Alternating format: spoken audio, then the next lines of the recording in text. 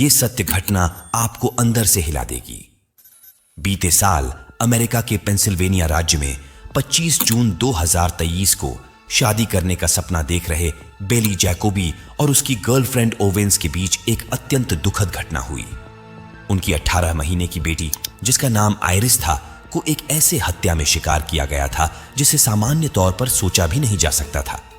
उस दिन जब बेली जैकोबी और ओवेंस अपनी सपनों की दुनिया में खोए हुए थे और एक दूसरे के साथ समय बिता रहे थे, अचानक बेली को मार्केट जाना पड़ा।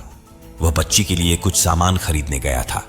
मार्केट से लौटने के कुछ घंटे बाद ओवेंस ने बेली को फोन किया और बताया कि उनकी बेटी को कुछ हो गया है और तुरंत घर वापस आना होगा। बेली जैकोबी को जल्दी ही पता चला कि उनकी बेटी ने अपने सिर पर कुछ भारी सामान से मार लिया है और नीचे गिर गई है। वह बेहोश सी लग रही थी। उसके बाद इमरजेंसी नंबर पर फोन कर बच्ची को तुरंत एक अस्पताल में भर्ती कराया गया।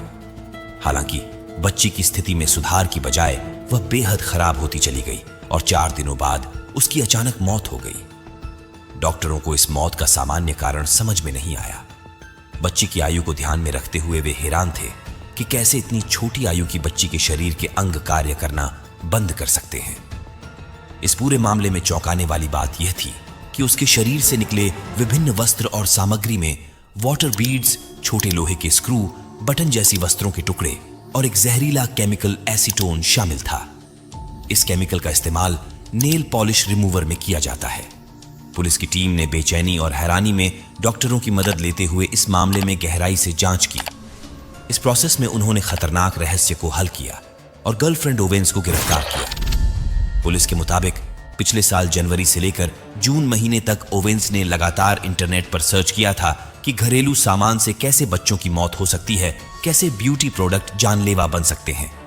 इस दौरान उसे पता चला था कि नेल पॉलिश रिमूवर में एसीटोन होता है, जिसके पीने से ब्लड में जहरीला एसीटोन खुल जाता है, जिससे ऑर्गन्स फेल हो सकते हैं और जान जा सकती है।